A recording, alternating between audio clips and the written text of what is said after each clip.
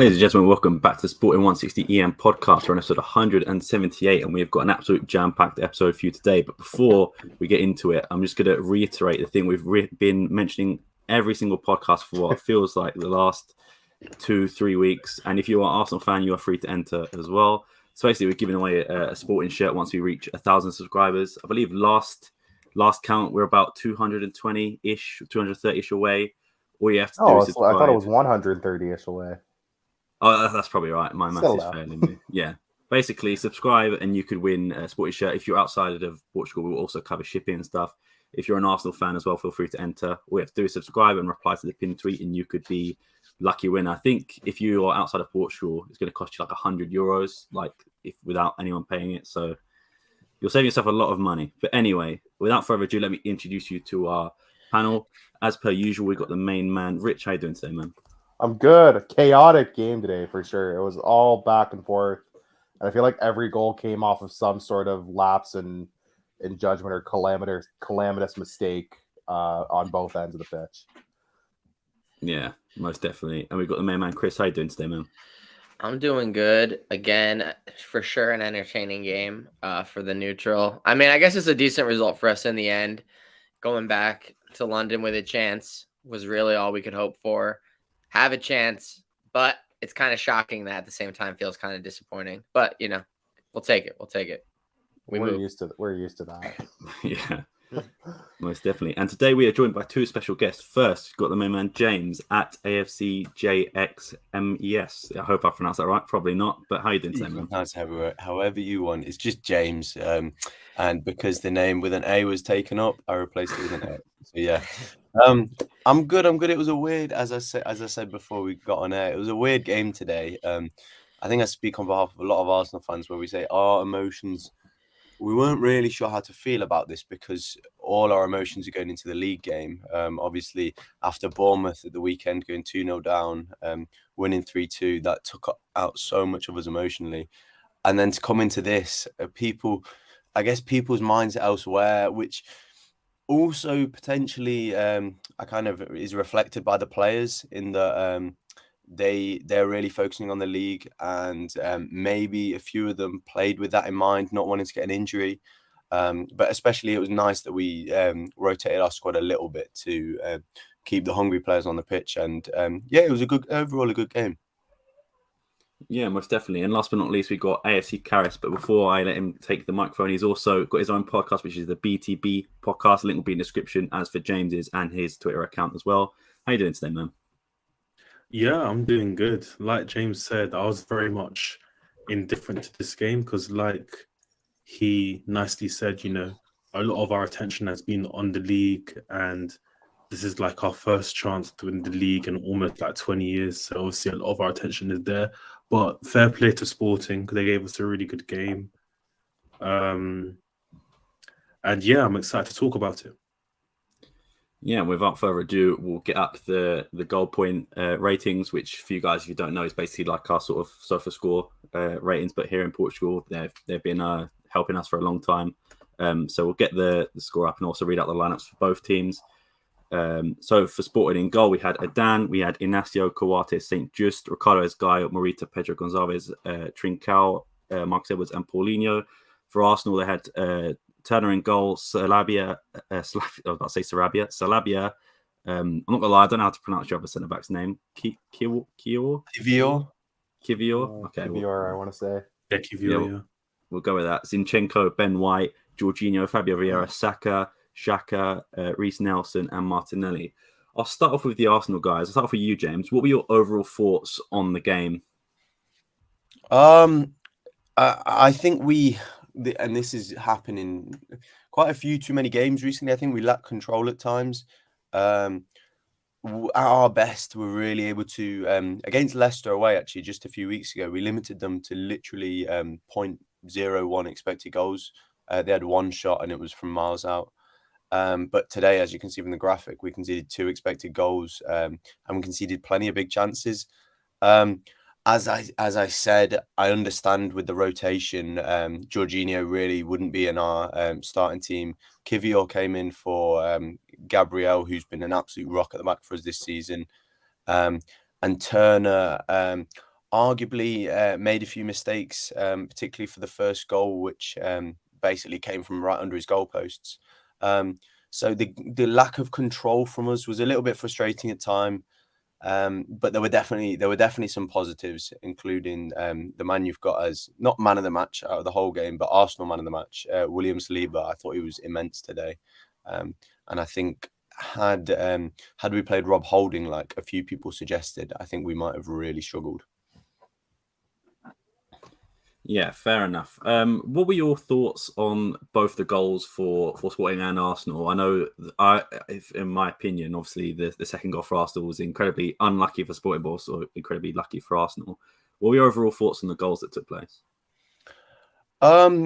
Yeah, I thought that obviously the second goal for Arsenal was a bit of a freak goal, but I do think on the basis of the way the game went, 2-2 was probably a fair result.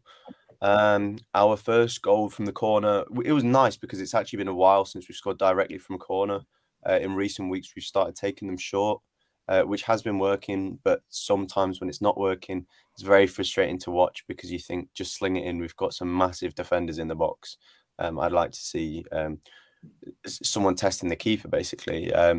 And Fabio Vieira, as I'm sure you all know from his time at Porto, has a delightful final ball. And he's a bit of a goal, mainly assists, but a bit of a goal and assist machine. Even when he's maybe not contributing in his overall play, he will always be getting an assist or a goal here or there. I think he was getting a goal or assist every 66 minutes, they mentioned on commentary during his last season in Portugal. And then, yeah, I'm glad it was Saliba in the end to nod it in because he's deserved that with the way he's been playing recently. And then, as I say, the second Arsenal goal was a complete freak goal, but on the basis of play, I think it was probably deserved, especially, harsh on Adan because he'd made some good saves, especially for the Martinelli one.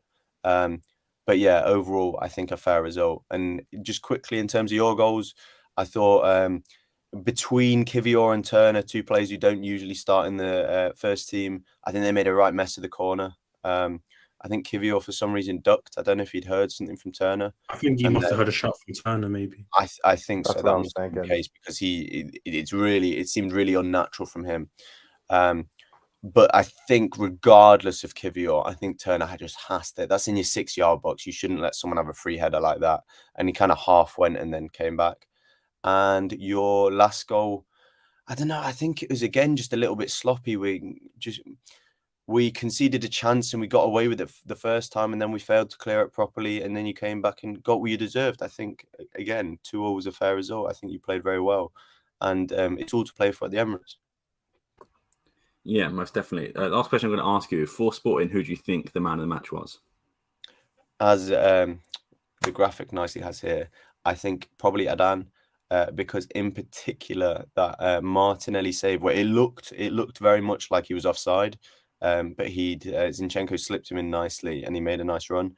And a lot of people at the time, myself included, thought Martinelli should have squared it, but I think the way Adan came out, there was no chance he could have squared it. Martinelli made a pretty decent finish, but with the way he came out and spread himself, I don't think there was much of a way he could have scored. So yeah, I'd give Adan the man of the match. But maybe I was also Trincão's rating isn't most generous here, but I thought Trincão and Edwards also posed quite a threat from the wings. Yeah, fair enough. I agree with that. And from an Arsenal perspective, we'll go on to a Sporting one. Chris, what were your overall thoughts on the game? You're on mute, my guy. Always do that. I guess overall, at the beginning at least, I was pleasantly surprised with how Sporting entered the game. I thought that they mostly had the initiative, and I think that the Arsenal goal, the first one at least, is kind of against the run of play. If anything, Pedro Gonçalves had that big chance in the first 10 minutes or so. And we were just honestly playing well. It looked like we were confident. And I was honestly excited. So when we conceded, I was actually nervous that it could all go to shit very quickly. But it reminded me very much of the City start, like when we were like really We good had for like the a first 5 dream minutes for against 10 Man City. minutes, and then it was it lasted a downhill. bit longer. It's probably about, I mean, the Arsenal goal is probably about 20 minutes or so. So it was like a great 20-minute opening and then concede off a set piece. Yeah, I mean, you could say that Adan. It's funny that Adan, honestly, he did have a good game in the end. He did make the saves that he needed to make, but he just looks so sketchy doing it. He got fouled on the one cross that he came out on, and like whiffed at it. He had the one pressure near the goal line where he almost lost it in the first half. He had a couple of passes out of bounds. I mean, I guess for Adan, that's a good Adan game, but I'll take that from him, I suppose. But yeah, I mean, he's always going to make me nervous. I'll be honest. Sorry to interrupt. Just before we move on to the topic of Adan, he was really, really frustrating me first half because there was I can't remember who. There was a moment. Oh, when we scored our first goal, he was banging on about Lost something. his mind. And Yeah. And then there was when Xhaka handballed it out of his hands. He was chatting to the ref for like a minute then, and then Nelson came in, and it looked like he wiped him out, but there was barely any contact, and he was down for like another minute. I thought this guy is taking the mick. But there was another moment too where maybe it was Ben White. They were kind of like he was shoving him. I honestly don't know how Adan escaped this game without a yellow card. That's pretty crazy to me. The referee had an inconsistent performance, I would say. If you didn't know, overall. keepers have been yellow carded in, I believe it's something like 5 out of Arsenal's last 6 or 7 games, because they're trying to time waste or play some nonsense against us. So yeah, he's lucky to get away with one. But I'll let you finish. Yeah, of course. I honestly, to be honest, as an American, I followed Turner pretty closely in MLS even before he went to over to England. He honestly looked very shaky. Like I'll be honest. And I'll kind of chalk that up to just not playing consistently enough, most likely. I think it was like they said it's like 6th appearance or something like that on the broadcast. He did play a bit at the World Cup. Obviously, he got 4 games under his belt there. Looked good there. But yeah, Turner was sketchy. There was the one moment with Edwards as well, where if Edwards is just switched on a bit more, the turnover off the Edwards or the Turner pass could maybe be an easy tap in. Yeah, I mean, I guess just to highlight some like individual performances. I do think, like James said, I think Trinko actually was relatively dangerous. Especially we've slated him recently, honestly, deservedly. I would say for some of his recent performances. And again, this is still not the performances of a 20 million euro man, but it's better. He looked confident dribbling, created some chances. Edwards as well. Edwards was definitely more dangerous. Set up basically what would become the second goal with the slip pass. Edwards, I feel like, is he shows out on these big European nights. Obviously, especially against English opposition as well. It's just like kind of a game that that Marcus Edwards is going to show up for. The shakiest point for us was we got a late scratch of Hector Bellerin, who most likely would have started at right back. So we had Ricardo Esgaio have to step in yet again. And yeah, to be honest, as the Dark Angel of Doom says here, he actually was pretty competent. And you could, Esgaio's a guy that builds very much off confidence. Like if plays flowing through him, he plays like 3 good passes in a row. Like you'll see that confidence. He's making that run. But then, if he starts getting cooked a couple times, he turns it over. Like you can just see that he's just looking to get rid of it every single time, instantly play it backwards. So as far as Esgaio performances in a big game like this, like again, that's probably about as good as it's going to get. Yeah. And then also St. Just needs to be shouted out as well. The way he came in and played a little right wing back as well, which was definitely a curveball for Emery. Have not seen St. Just at right wing back before.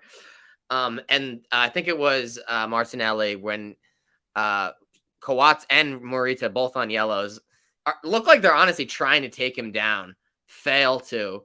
He gets in on a breakaway. If either of them stop him, it's probably a straight red either way, and they're already on yellow, so they're definitely gone. He gets through, gets around it down, but St. Just really closes like, oh man, like a 50-yard gap. He's known for his speed, and I love those moments where he's really able to showcase it because, I mean, there's almost no center backs in the world that are going to do that and close that down.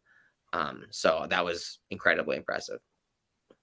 Yeah, and I think there was a collective like holding our breath when St. Just went down holding his ankle at one point. Yeah. Everyone was like, I was like, no, he's playing so well. Give him. Yeah. Basically, to the Arsenal fans who don't know, he missed like the first quarter of the season with injury, came back for 2 games, got injured again, came back for 1 game, got injured again. So like this season's been really off and on for St. Just, but I'm glad he had a game like this. I mean, like Chris said, I think it was like 10 million bought him in for, so it's really good that he got to showcase it, and he really did have a good performance as well. Just before I move on, game-saving tackle there because I was like quiet yelling in my office. Martinelli, and to be fair, someone to break Martinelli's fucking legs. I was like, someone just tell him, I don't care. The save at the beginning of the second half from Adon, that I think James might have mentioned. Martinelli had the game on his foot potentially twice. He was a big problem today. Like he was played a threat. very well. He deserved a goal. Yeah, most definitely. And Chris, who would you give your man of the matches for both sides? To be honest, I thought to be fair, I think Zinchenko deserved a shout from me. I watch a fair bit of Arsenal because we get the Prem. Like it's one of the few leagues that it's like actually accessible on the telly. So I'll probably watch I've probably seen it's maybe 6 Arsenal games this season, 6 to 8. I've definitely I think that Zinchenko, every time I watch him, he's just like he's such a dynamic player. He's kind of like a Swiss Army knife. And again, today I was definitely impressed with him. And then from the Sporting side, for me, it's either of our center backs, Inacio or St. Just are the man of the match. Inaciu's long balls are very underrated at this point. He's basically creating one big chance a game, at least minimum, with a through ball that just kind of comes out of nowhere. Yeah, he had a nice effort on goal. He did have a nice effort on goal. He scored a goal as well. If you look at his goal stats, he probably got at least like 7 goals at least at this point. He scores off corners a couple times this season now. He's only going to keep getting better. Don't know if we're going to hold on to him this summer. I saw he was linked to Liverpool like last week or so. People will be in for him. And another player who definitely was underperforming at points in this season in late 2020, early 2023. So it's good to see Inacio really stepping up again and, showing why he really realistically he should be a candidate for the Portuguese national team. Just before we move on, Karis, I'm interested what you thought of Zinchenko's performance today, because obviously we have very high expectations of him, and my view actually differs a little bit from Christian's from what we saw from him today. To be honest, I have to agree as well. I don't think it was Zinchenko's best game I've seen. He had a few decent moments, to be fair, as you always do with him in terms of, setting the tempo and stuff. But like compared to what I've seen, let's say against, he made a good pass, for example, which Martinelli, you would have hoped that he would have scored from that one, which was a very good pass. But I think it was probably one of his most shakiest games I've seen in a while, to be honest. Like, I don't think he was very composed on the ball as you usually tend to see from him. That's just what I saw personally. But despite that, we still got through the game regardless. And I think, if anything, for me, our most impressive performer for us was Fabio Vieira. And like, as James was saying, he's like a goal and assist machine, and you can see like his vision is just outstanding in terms of the balls that he picks out. You can just see the intention of every pass that he makes, and he's starting to really come into his own for us. But yeah, that's probably who I'd say our most impressive performer was in this game. Mm-hmm. Yeah, and that's not to fully disagree with you about Zinchenko. I think he, even when he has a bad game, he's still impactful. I just think by his own standards, he was quite sloppy today and sometimes misplacing passes and stuff. That's all. Fair. Fair. Just on the can topic of I ask? Zinchenko as well. Oh, sorry, I was just going to say that first goal that you scored. Do you think there was a bit of like on social media that it should have been a foul to Sporting, or like Matthews Race, who was the one being grabbed, I think, or maybe St. Just fell to the floor too easy? Did you guys think, like the two Arsenal fans, did you guys I think that there was a bit of- Zinchenko. That was the one that was grabbing him, if I'm not mistaken. Yeah, it was. Yeah. Did you guys think that was anything, or was it just how it is in football, I suppose? I'll let Harris answer first. I don't know what James is going to say, but I can't lie. If that was given as a foul, I wouldn't have been surprised, because I was thinking if I was a Sporting fan, I would have probably been moaning about how that wasn't given personally. But I don't know. What do you think? It's funny because with all fan bases, when something happens against you, it's a big deal, and it's everything against you. And when something happens for you, it's just you turn a blind eye and I didn't see it. Oh, what are you talking about? So it was one of those where I saw it and I was like, it is what it is. So I think in the Premier League, I think in the Premier League that gets disallowed against Arsenal. I don't know if it's because in Europe they ref it a little bit differently. Yeah. But yeah, we do a lot of that holding in the box, and you're treading a tight line. So yeah, if it was disallowed, we Arsenal fans would have been annoyed, but I think it could have very easily been justified because of the grabbing he was doing. And yeah, maybe we got away with one, but I closed my eyes and said I didn't see it. It's a bit of a 50-50. Like if you're the ref, you're a little bit damned if you call it and damned if you don't call it. Yeah. It's a tough position to be Because put in the end, because it you see a doesn't lot. really actually affect the play that much. Very minuscule. Because yeah. it's behind where the header happens. It's not Yeah, like it's cleared the kind path. of away from the I think run of that's play. exactly what it came down to. I think had it been even in front of the ball, I think it would have Yeah. been disallowed. But because it was behind the ball and not really affecting play, they used common sense, which the Premier League referees struggle to do. Whether you think it's right or wrong, I would argue it makes sense that since it wasn't interfering with play at all, it makes sense to get on with the game. Again, if I was a Sporting fan sitting here, I'd probably be saying something different. So If you think prime refs are bad, I invite you to watch the Portuguese league game, my friend. Everything is made up and the rules don't matter. That foul is also given in the Portuguese league, even if that is absolutely given. Yeah. But I think I agree with you, James, that because it wasn't affecting the play, like let's say if it was Matthews Ray's man who got the header and scored, then yeah, I guess we can make a case, but it literally didn't affect play at all. The only thing that annoyed me about it was obviously I think Zinchenko went up to Matthews Reyes and clapped him, and then our captain Coates pushed Zinchenko, which means that's when the shoving match started. Coates was really talking to him a lot. Yeah. One thing I wanted to, and that's when Coates got a yellow. Yeah. Sorry, guys. One thing I wanted to ask: how do you think Coates and Morita being out for the return leg? How do you think that's going to affect you guys? Was Morita out too? He's got accumulated. They both have accumulated yellows. Yeah, I think with Morita, it's not too bad because Ugard's coming back, and he's arguably the better player of the two. So I don't think it's that much of a concern. I think Coates as well. Chris said before the show, he's kind of been dealing with some knee issues. He's not quite been up to himself.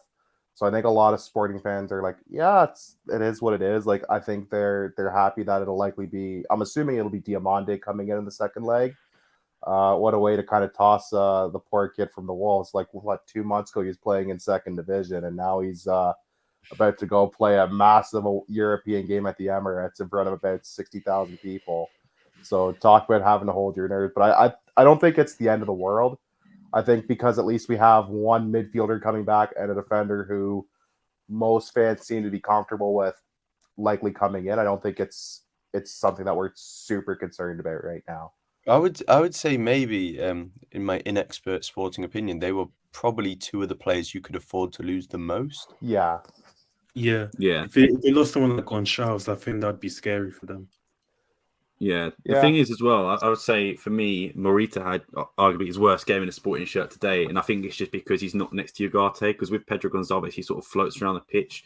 He's put in the midfield in this graphic, but you saw him on the left wing, on the right wing, which leaves Morita on his own. which means Murray picks up more fouls, gets yellow carded, things like that. He almost uses, I think Ugarte almost acts like a security blanket for Morita in that midfield at times. Yeah, they both, I think they both complement each other very well in that aspect. But I think Coates is one, I think, just for leadership and experience we're going to miss. I think especially from corners as well. The last 2 games before this one in the Europa League, he scored twice from a corner. So that might be missed.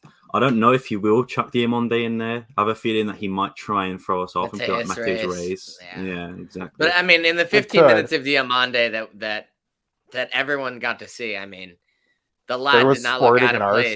He didn't look out of place. Arsenal fans on my timeline like being like, "Wow, this guy's pretty good." Like, he instantly came in and won just 3 headers in a row instantly, and then won a tackle. And then played that pass with his outside of his foot. I mean, he was balling, bro. He had his vitamins. He had his vitamins today. Yeah. So I don't think we'll miss too much. But on that note, Karis, what were your overall thoughts like on the 2 goals as well? And who would you give your man of the matches to both sides? In terms of the 2 goals, at least for us, I think Xhaka said it in his interview after the game that they're both like very avoidable goals and they're too easy to give at this level. Like Inacio, like, a header from a corner, which we could have easily dealt with. We've been having issues with set pieces recently. And then the next one was a bit upsetting to let Paulinho score. So, and the thing is, it's quite funny because from both sides, like both could have a case to say that we could have won the game with this certain chance. Like Paulinho had a certain chance that I don't know why he took it so early instead of just, keep running and just try to strike it. Gonçalves in the first half, like in the first few minutes, had a really good chance where he cut in and you can see what he was trying to do, but he just put it so far wide. Like, you had a few chances here and there. If only he had a left foot. If only he had a left foot. Just shot at that. He cut it back and it worked. But yeah. I know, but I'm like, dude, just shoot. If you had a left foot, like, just go. Yeah. You can cut it across goal. You don't need to make that extra cut.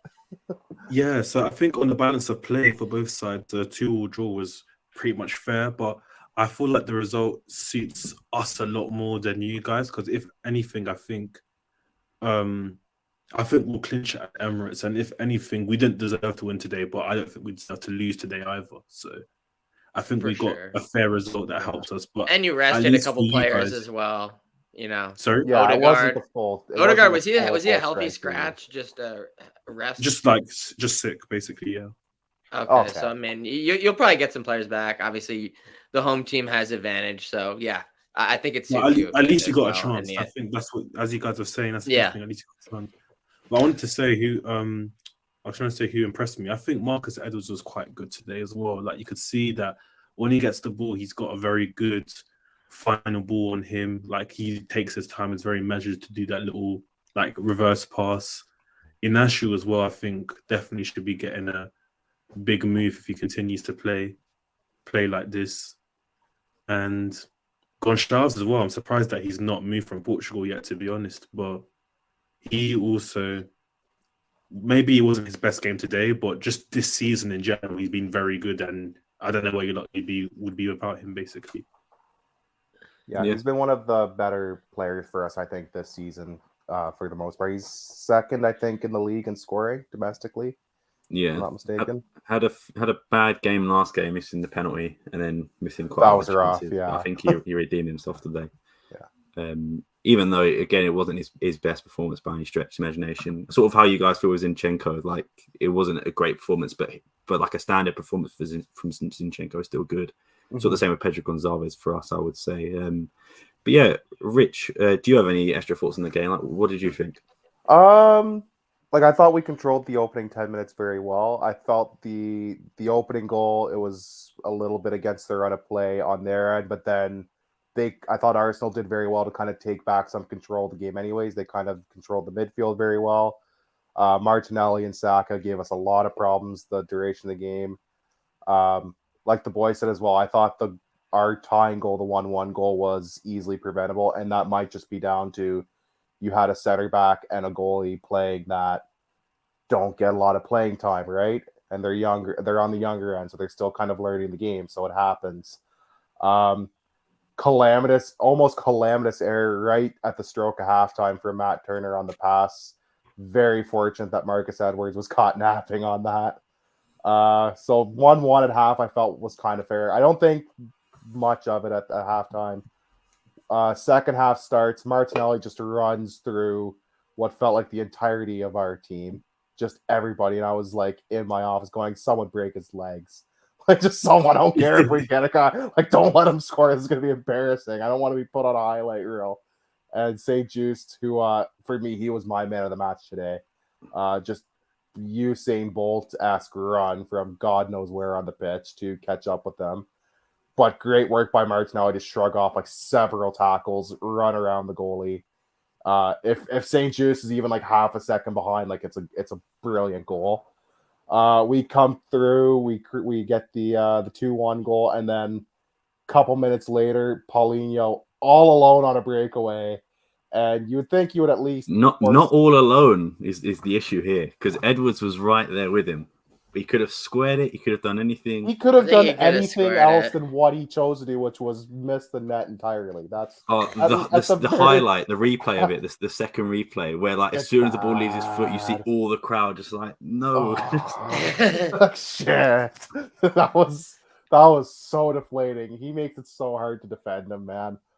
Yeah, at the very least, force the keeper to make a save, and then almost on the following attack, Arsenal comes in. It's a bit of a fluky goal, but again, they kind of were controlling the attack up to that point. And then the last little bit, there wasn't really much. Like the last 20 minutes or so was kind of uneventful for both sides, just kind of trading spells of possession in the midfield. So nothing really stood out. I do think a draw is very fair. It stinks because that's football, or that's soccer, whatever you want to call it, right? Like, we go from potentially being what would have been 3-1 up and almost at least not killing the tie, but probably killing the game, to it's 2-2, and now you're going in, and it's a much different mindset heading to the Emirates in London next Thursday. But all to play for from both teams.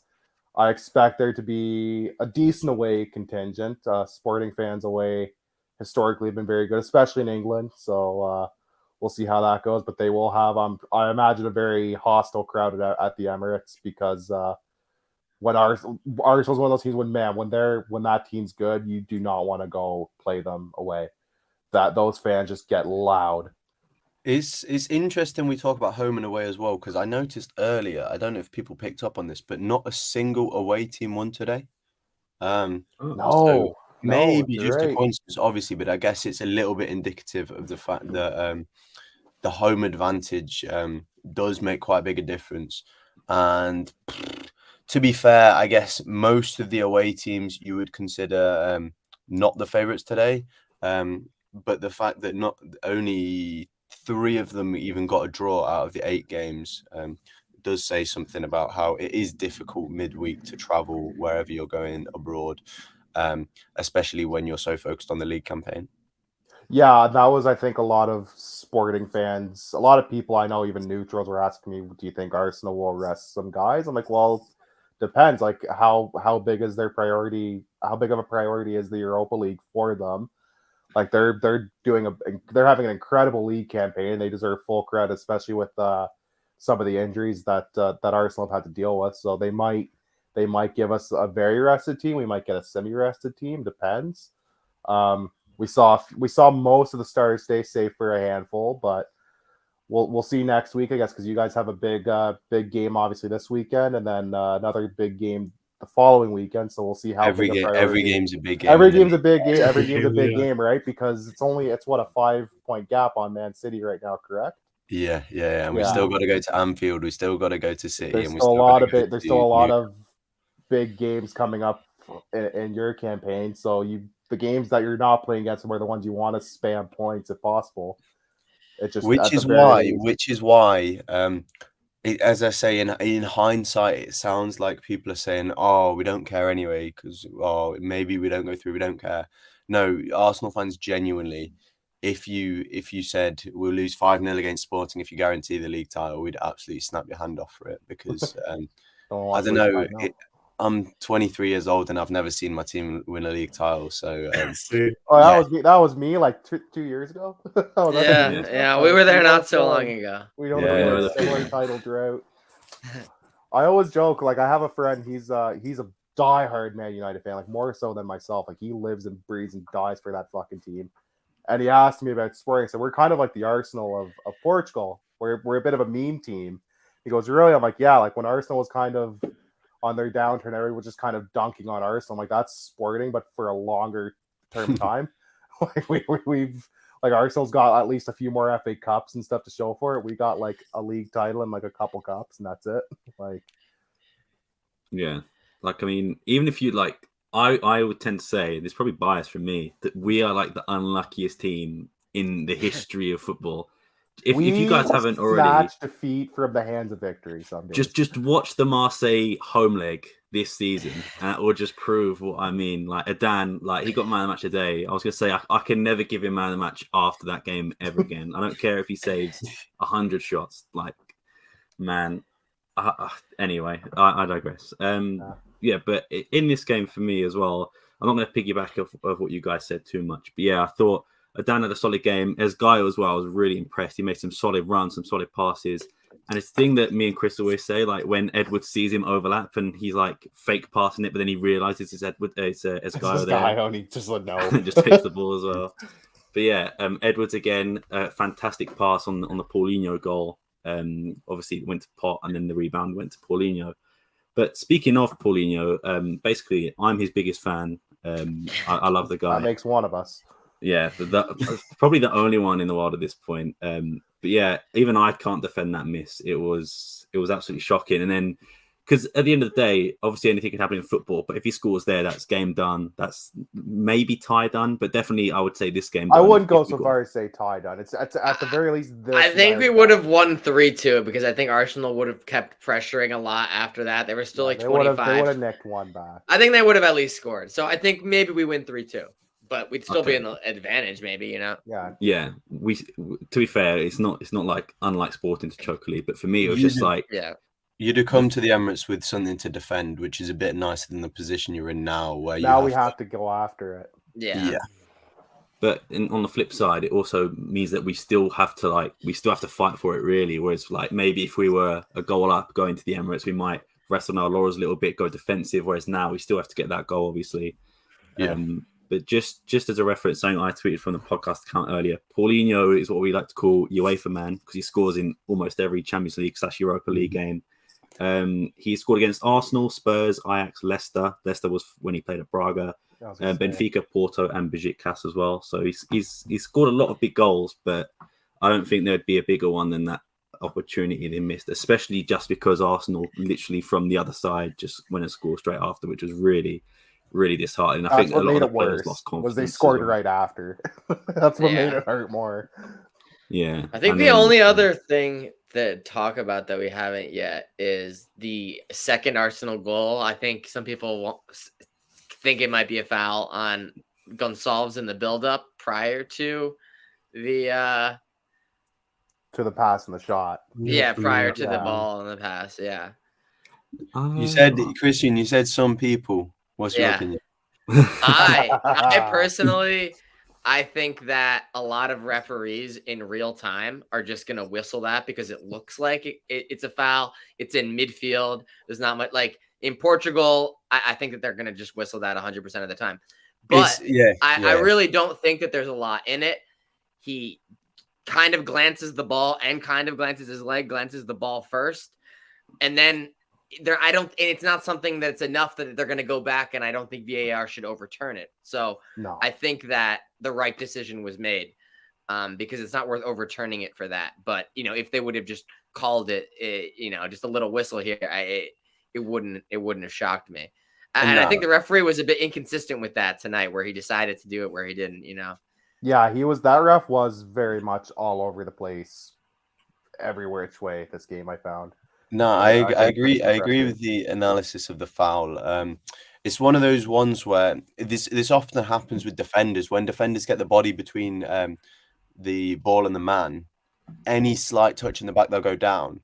And the ref, 99% of the time, will blow the whistle. But sometimes the ref doesn't blow the whistle, doesn't bite into it, and then the defender's left with egg on their face. So this time, I guess, and also you got to remember, Saka is such a strong boy. So I think the way Saka used his body there, I don't quite think it was a foul. Arsenal have been absolutely stiff this season. I don't know if you remember the Martinelli scored the opener against United quite early on in the season. And Ødegaard was adjudged to have fouled Eriksen, and it was soft. Oh yeah. So yeah, I was seeing flashbacks of that, but I'm glad they let it run again. Because I think if anything, that one had a longer review than the first one. Which the first one, I don't even know if it had any review. No, I don't recall the first one having a review. There was like that little tussle afterwards, but I think that's what the holdup was. Not someone had words with someone else, and someone took offense, and they all had a little bit of a wrestle. Yeah, it's kind of how that happened, I think. Yeah. So for me as well, I don't think it's a foul. It's one that I think Portugal's always goes down too easy, and I think because he had so much time on the ball as well, he could have got rid of it, and that would have been that. But I think he sort of was either maybe not looking for the foul, but when he realised that he sort of didn't have any option, he went down. And to be honest, if that's in the Portuguese league, that is called 10 times out of 10. No doubt in my mind. But obviously, the referee felt differently. I did think the referee in the first half was a bit more prone to Sporting, like giving fouls in our favour. I think maybe because of the crowd, maybe. Like there was sometimes I was just looking, I was like, that is never a foul. Yeah. But he was quite light on the yellow cards as well. I know there's a few, but there was definitely some. Like he let Coates get away with one. I think there was one handball which looked like it might have been inside or outside the area. There was another one when he was on yellow card. I know exactly what you're talking about, but I think that was the reason why VAR didn't intervene was because it was slightly outside the area, in my opinion. So yeah. I'll let you off for that.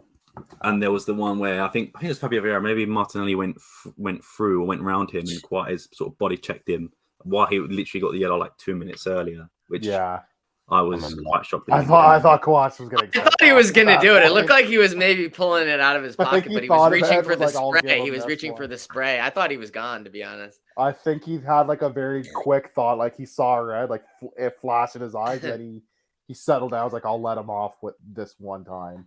And he will remember this day. It's one of those ones where if he wasn't on a yellow, he gets a yellow, but it's it's not enough to send him off. And I do agree it would have been incredibly harsh to send him off. So I think he did make the right decision, to be fair. But yeah, he was walking on thin ice. Yeah, if he wasn't on a yellow already, I agree. I think he probably sees one. But yeah, you can't send a guy off for that type of challenge unless he's made it like 6 times or 4 times in the last like 10-15 minutes, and it's like, okay, listen. Romero and plays for Tottenham Hotspur. yeah, he's guilty of that. Yeah, a few Spurs games that I've seen him pull that move a couple times. Well, he got sent off in the last one, so I mean, there's justice somewhere, I suppose. We're out of Europe, right? I think they lost yesterday. Yeah, they lost to Milan. They lost. Yeah, on aggregate, they lost to Milan. That's fine. Let the trophy drive continue. Yeah, Karas, what were your overall thoughts on the refereeing performance? Do you sort of hold the similar vein into what James was saying? Yeah, I think the referee was just all over the place. I think I tweeted saying this referee must be drunk. Like, he was given some weird calls that he shouldn't have given, to be honest. Like, he was very inconsistent. I think that's the best word to use for his performance. Like, there was some decisions he should have given, some that he should have not. But to be honest, we can moan about referees all day. It's just about you trying to control what you can and what's in your favor, I guess, really. And I guess from both teams, we have things to look at, which, apart from the referee, that we could have done better ourselves anyway. So, yeah, the referee wasn't the best, but we're used to it from the Premier League, seeing terrible referees now. So it is what it is, really. Yeah, it did feel like a lot of this game was controlled by the referee, where he could have just let games go on. It's like, I know there's a stat, it's like the average time in the Premier League played, like 58 minutes due to like fouls and time wasting and things. Yeah. And to me, it just felt like it was a very start game at some points, like where if the game could have just flowed a bit more. It did feel like the game never really got much of a chance to get much of a flow today. Also, I don't know about your lot perspective, but at least for the first half, the game seemed like the intensity of the game seemed really low. It was quite boring, yeah. It was almost like there was a pact of non-aggression between both teams. Yeah, like, we won't hurt you, you won't hurt us. Everyone just seemed to be doing everything really slowly. I don't know, compared to Arsenal in the league, we get onto teams with players get the ball and start driving at people, but no, it just seemed to. That's why part of me thinks were the players playing with the league in mind and didn't want to get injured or something, but something seemed off. It was weird. It was like we were playing at 80%. Yeah, Like especially a at the last preseason friendly 5 almost. minutes as well. Like, Yeah, the last 5 minutes when it was like obviously Arsenal could have taken control of the tie because they had most of the ball. It seemed like they were just passing sideways, passing backwards. There was no They were sort of just intensity to intent. try and get a goal. And even with Sporting side as well, I don't think there was much intensity. Maybe because they both knew the game was done, and then they've got a whole fresh leg. But obviously, the difference between us two is Sporting are fourth in the league. We're not really playing for anything in the league at the moment. Maybe just to try and get third. And even so, third still doesn't guarantee us Champions League. It'll be the playoff places we'll have to go. Mhm. So our best shot really at getting a Champions League is winning this competition. Although it's obviously easier said than done. We still need to beat Arsenal in this case. And then there's obviously still some great teams in the competition. But I would like us to take it a bit more seriously. Ruben Amorim's played it quite cool, saying like, oh, it's not the end of the world. If we don't, like, it's not his number one priority. And like, he's going to go in there with a plan. Like, it's sort of like keeping his cards to his chest. Whereas like, I really want to see us go on some sort of decent European run. If like, I can't, the most recent one, Chris and Richard, correct me if I'm wrong, was probably 2018, just before the Alcochete Academy attacks, right? When we lost we went to Yeah, quarterfinals against we advanced Atletico. 2 rounds, right? So we actually haven't advanced any rounds in a bit. But we beat Michelin, so we made it this far. But the format's changed a bit now, so I don't know if it even counts. Yeah, it was sort of like the play-in to get into. Yeah, it was kind of like It was a play-in playoff game. between the Champions League dropouts and More the, than a traditional round of 32. But which it's interesting because it does give you more incentive for finishing first in your group because you do get those 2. a bye is massive. Yeah, it's 2 less games. Like it gives me plenty of incentive to want to finish first in my group. In Well, both Europa and Europa Conference. United fans were moaning that they had to play Arsenal after playing midweek on a Thursday. Tough shit. No, I don't know if they played I think they maybe played something like Palace on a Thursday.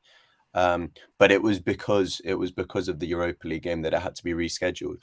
But ultimately, it was in their own control. If they finished first in the group, they wouldn't have had to play us after a midweek game. So they can moan all they want, but they didn't finish first in their group. Yeah, I felt they had like a very manageable group. Like they could have easily finished first place in that group. I think they made a bit of a meal of it at times. They did, but they also did get stiffed. I remember against Sociedad, there was a handball decision. The Sociedad, that should never have been a penalty. Yeah, but we will not look at that. We are not complaining. No, I don't blame you one bit. Richard, I was going to say, like, your description of Man United's Europa League group is sort of the same as our Champions League one, where we were top of the group for the first 2 weeks, end up third. To be fair, we didn't end up third because Marseille didn't understand the rules, and Tottenham literally did us a massive favour. If Marseille had just decided to hold on for a tie, we would have been out of Europe altogether. But they just decided, fuck it, we ball, and they got caught on a counterattack on like the last second, and Spurs ended up taking it to guarantee themselves Champions League and not even finishing Europa League. Because that group was like chaos. That was the real group of death right there. That was an unbelievable group. Yeah, I know we're surrounded by Arsenal fans as well, but I'm not gonna lie, I did celebrate that Tottenham goal when it went in. I was like, Spurs. Sigh of relief more than anything. But it was I've just never like, been so thank God. happy for a Tottenham Hotspur goal in my life, and I probably never will again. Unless Pedro Porro scores it, maybe. Depends on who they're playing and what the situation is. Yeah, that's very true. But just my sort of final overall thoughts on the game. I want to see more of Fatawu. I think Marcus Edwards was gassed by like probably minute 75. And that's because he usually gets subbed off at minute 65. I don't think he's ever played like consecutive back-to-back, like nearly 90-minute games. And it also means Fatawu can't play in the youth league anymore, I believe, because he got called. Yeah, I didn't know that was a rule, by the way. Yeah, I guess it makes sense. Fatawu is a good dribbler, isn't it? Like he's known for being a good dribbler, isn't it? Yeah, he was really good for our last game in the youth league. We played against Ajax, and he scored a hat trick against them. And he was also called up to the Ghanaian World Cup squad as well. And I think he played one game, if not like one half of a game in the World Cup. He had like one or two like sub appearances, I think, at the tournament. And I think I want to say the Guardian at the time in 2021 when he first joined rated him the highest African youngster in like the last 10 years, like in terms of prospect. So he's definitely got a lot of like pressure on him at the moment. There's some hype around the kid. He's definitely got it, and I think he should have been given more game time in this game. Same with Schmidt maybe, but obviously Paulinho scored the first goal, so it was difficult to sort of bring him off. I also wanted Nuno Santos to start instead of Mateus Reis, but I feel like Mateus Reis didn't have a bad game. I know 4.8 rating is a bit. I think it's a bit harsh. I didn't think he did much wrong.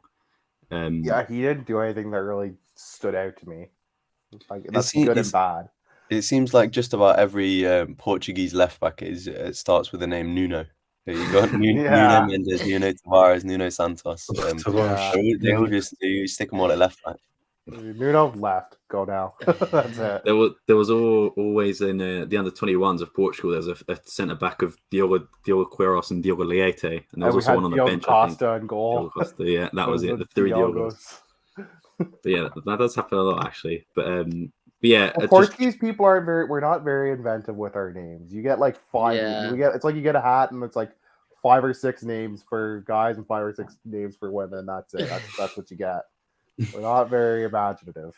But yeah, I will just say I'll give a special shout out to Diamande as well. He's been fantastic, and I was one of the guys who sort of criticised the signing, not in terms of ability, but in terms of fee. Like 8 million for a guy who's in the second division. I think anyone like in the Portuguese second division, anyone should look at that and be like, well, hold on a minute. But Amorim's got it spot on with this one. I think he seems to be so composed at 19 and just feels like he's been playing for ages. And yeah, I think I'll eat my words on that one too. I had some words to say, and I'll happily stand up and say I was a big stupid idiot on that. I mean, let's be fair. I mean, I think it's 7.5 plus like 4 or something. So it has the chance to go up to like 12 or something. Yeah. And I think it's only 70% of the pass. So it's like he still needs to be sold for a good amount to generate. But they finally upped the release clause to 80 million. But to be fair, like I actually could maybe see him going for 30 plus million because he looks like a very solid prospect. He looks like a player. Yeah. It's such an interesting it's a difference in perspective, obviously, because I guess you lot are judging a player's success by how much they're going to be sold by and like who they're getting sold to. But that's such an obviously different perspective to Arsenal because we're in slightly different positions. We would never see it that way because if a player gets sold, then they're not good enough for Arsenal rather than being too good, if you want to put it that way. It's the realities of, I think, just the modern game, right? Like there is such a disparity, and there's a lot to get into on that and ways to fix it on what caused it. But it's just kind of the modern game until there's some sort of way to bring a bit more parity across different leagues. That's what it's going to be for the time being. It's also interesting because Kieran Tierney, he was ill for this game, I think, but there's talk about him going in summer, and people and Newcastle are one of the teams that are like most strongly linked, and the fees are flying around 35 to 50 million, somewhere in that range. And people talk about don't sell him to Newcastle. They could be title rivals in a few years, but the question is, no one else can afford it apart from the Premier League. Nobody has money, and like no Bundesliga team is going to pay that. There's very few La Liga teams. There's very few La Liga teams that are willing to pay that. Like that's the thing. So you're very limited. People need to face the reality as well. To be fair, to be close to family and stuff. So. People need to face the reality that unfortunately, if you want to sell players for big money, the Premier League is where it's at because unless you're young and Brazilian, and then Real Madrid will pay 100 million for you. Not many clubs are spending big at the moment. The fact is with it as well is because our last few transfer deals in terms of outs have been quite poor. I think we can all agree that Jarplini has been one of the best holding midfielders in the Premier League this season. And we got him for 18 million euros. And he's not available for the Arsenal Fulham game this weekend because he's had 10 yellow cards this season already, which is quite That sounds just like the Paulinho we know. That's 110 tackles. He's gonna get a few yellows over the course of those tackles. But it's also to that point. It's crazy about when I hear I think it's Southampton. They've bought a few like Chelsea academy players for like 17, 18 million. Everyone was like, "Oh, it's a bargain because in a few years it's going to turn out to be like the next big thing."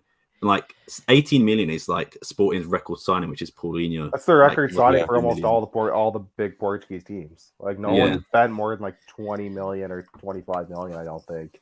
And you were cussing the Super League before, but this is why Juventus, Barcelona, Real Madrid are so desperate for it, because they see the Premier League pulling away and they're trying to basically fight back. But unfortunately, the Premier League teams right now have less of an incentive to go for it, especially with the way the English fans reacted. Yeah, I from a selfish think standpoint, I would if like they it for tried Sporting, that to be fair. again, I think if they tried it again, I think the English fans might literally attack the stadiums. But just on that topic, I believe the Champions League is being completely reformatted. Which so it's funny because obviously the Super League was proposed and everyone says this is terrible, and now the Champions League is being changed, which is almost just as bad. I think it's gonna have more games, which is the thing that in theory we're trying to avoid. Is like the problem is Just just the fix it players are getting congested. more and more games, more and more teams are getting invited to tournaments. So tournaments are longer. Yeah, I think the Champions League reform, like in Portugal, they announced that the League Cup now is going to only be between the top 4 teams, and it's just going to be a semifinal final because the Champions League is going to have more games now. Like playing a 7 to 9 game League Cup campaign is like not feasible anymore. Yeah. And also the other part about the new Champions League is teams are going to be able to qualify based on Coefficient points, right? We don't know if that's fully confirmed yet. They haven't. That's the thing. If they do, then I'm ready to storm the UEFA. Because I think it is as you were confirmed. saying, But Richard, that's a Super League too. That's Super League, absolutely. I'm so glad that Arsenal will qualify for the Champions League this season, because this is the last season before the changes get put in place. So after all these years fighting for top 4, if we then finished 5th and just qualified by default because we're a big team, it would have felt so underwhelming and just so just not by merit and undeserved. Yeah, and that's I think, unfortunately, some of the big teams they feel it's owed to them. They feel like it's their given right that we should have the Champions League. But like you said, you want to get there because you deserve it. It feels better when you've earned it. Yeah, 100%. And I think as well, for no disrespect to Arsenal or any of the English teams, like obviously it'll be great for them to get a Champions League, but imagine what it could do for a team like in Bulgaria or Romania. Why should England get another spot for the Champions League, or France or Spain? It just further skews. It just continues to create the gap we're seeing between kind of England, the next 4 leagues, which is Italy, Spain, the Bundesliga in Germany, and to somewhat of an extent France, I suppose. And then it's everybody else in this chasm kind of thing. I think the last thing you should do is try to skew it towards the teams and the leagues that don't need the help. I feel like there needs to be some form of more equity among all the leagues, because it's the Champions League, but 50% of the teams are champions of nothing, unfortunately. Yeah, most definitely. I agree with everything you said there. I think something needs to happen, but I don't think it will. I think as long as the rich people are making money at the end of the day, they want the big teams in it important. because the big teams get eyeballs, etc. It benefits them to have the big teams in. So it's a vicious cycle. I can see why they would want it. Yeah, most definitely. But from that sidetrack, we'll move back on to the actual leg and tie in hand. And again, I'll ask for both perspectives. But James, I'll start with you. We don't know what the weekend result is going to be versus Fulham, but would you think a win or a loss will change what happens on Thursday? For example, if you lose, you might rest more players just because you want them to be fit for the league, or vice versa. If you win, you might want to rest more players. What do you think could happen? I don't think so. And I think that maybe potentially even Arteta has pre-planned who he, obviously barring disaster, maybe he would have had to change things, but I think he's pre-planned who he would have played in this game. So what we used to do in the group stages was that very obviously Saliba would play one game, Gabriel would play the next game, White would play one game, Tomiyasu would play the next game. So we basically rotate, and we rotated exactly 6 players today. So I think effectively the other 5 players will get rotated next game. Unfortunately, I'd love Saka to get rested because it is still a very important game. I don't think he will. But Ødegaard will come back in for Fabio Vieira. Tierney, if he's fit, might come in for Zinchenko. Zinchenko, as we've spoken about, is very important for us, so potentially not. And then Gabriel will come in for Kivior. Tomiyasu for White or Saliba. I'm not sure which. Maybe Smith Rowe as well. You never know. Yeah, exactly. Smith Rowe probably, hopefully he'll be match fit by then and maybe come in for Nelson or Saka. So I don't think the Fulham game affects how we're going to play next week on Thursday. Hopefully we win. Hopefully we go into the game on Thursday with confidence. And as well, not just do I hope we win, but I hope it's not too much of a stressful win. If that game goes to extra time, that's going to really cause us problems for the league game on Sunday, which again, because we're struggling with numbers at the moment, we've got so many injuries, we can't really afford to run these players into the ground effectively. Yeah, fair enough. And Karis, is it sort of the same scenario for you, do you think? Yeah, like as we've said earlier, our priorities in the league, but I think the thing with this sort of game as well, Vieira said it, of course, that whatever competition you're in, you still want to fight regardless. So as much as our focus is mainly in the Premier League, we still want to give a good account of ourselves in Europa. So we will probably rotate for the return leg, but hopefully we don't rotate too much, because when you rotate too much, sometimes you use that bit of continuity and sometimes you don't play as well as you can because your players aren't used to each other's movements and things like that. So I hope that we make a few changes here and there. We'll see where exactly. I think maybe Gabriel, I would want him to come back for the return leg, only because, like, as much as I like Kivior, I'm not sure if for a game as big as the second leg he should start it. Zinchenko for Tierney, I think, would be a good swap. And with Xhaka and Jorginho as well, another thing is that I don't really trust both of them playing together in regards to controlling transitions. And when if Edwards and Trincao are on good form, let's say, I think I'd want someone else to try and control that sort of situation. So maybe Partey can come in for either Xhaka or Jorginho. I don't really care who. Other than that, I'm just the same, maybe. Just while we're on the topic of Jorginho, because we haven't really spoken about him, what did you lot think about his performance? Maybe there wasn't much to say. He didn't do too much, but our Arsenal fans have had mixed reviews of him since he's come in. Obviously, since he scored against Villa in the last minute, he's become more popular. But people are still a little bit torn about him. What did you think of him today? I didn't notice anything really special about him today, but he always even when he was at Chelsea, he kind of divided some opinion, right? Like, yeah. But I didn't notice anything egregiously Yeah, I thought it was pretty bad underwhelming, to be honest. Yeah. I will say that I've liked watching him since he's joined Arsenal. I've always been a big fan of him, even at Chelsea as well. I feel like in this Arsenal team, you've got like a lot of young players and a lot of inexperience in terms of like winning trophies. And I mean, no disrespect in saying that, obviously, but like Jorginho's come in, like he's won a few things, and like he's a European champion. Exactly. Yeah. He won the UCL as well, right? With Chelsea as well. Yeah. So he's got some experience. He's got some knowledge to give a very young team, but a very talented team.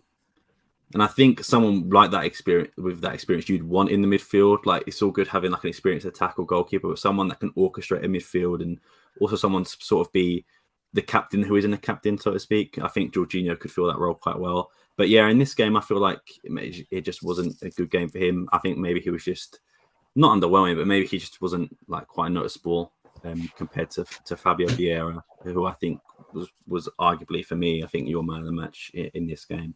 But yeah. I really like Jorginho, to be fair. I like Jorginho.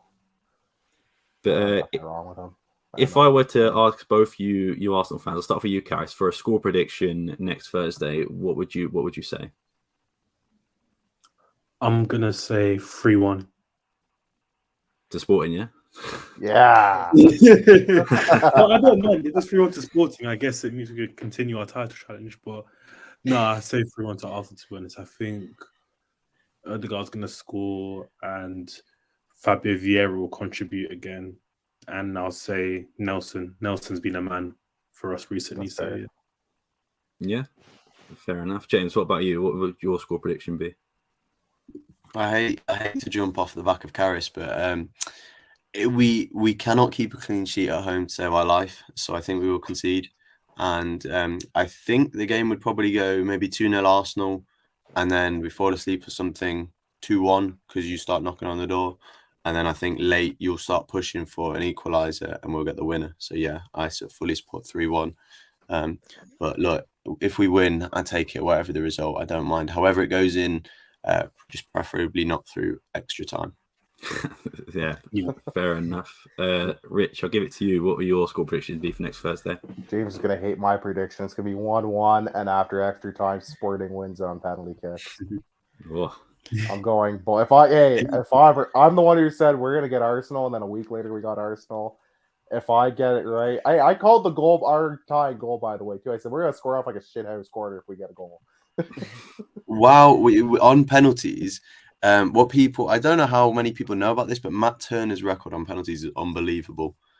He saved something like 35-40% of penalties in the He is MLS. good at penalties. He is a good penalty kick. Adon, not so much, but I'm praying that one of the English boys pulls an England and just misses the net. Also, this was kind of my hope. Wasn't so much. I think our goalie's going to make a save. I'm just thinking there's a lot of English guys on this team. One of them's bound to miss. yeah. Chris, what were you going to say? I was gonna say I think it was maybe the Nations League final for USA that USA beat Mexico in penalties, I think, as well. I believe. Yeah, I mean I wouldn't mind that scenario of winning in pens, but I don't think that we have enough juice to go to the Emirates and win. And I'm gonna go 2-1 Arsenal. That's fair. Okay, I'm going to be different, mostly because I'm actually going to the game, and I don't want to see it. I mean, I wouldn't mind Richard's one. You want to see? I mean, here's the thing: if we win, it'll be a famous night. So It'll be like the biggest night in the team's history in like 20 years. It'll be massive.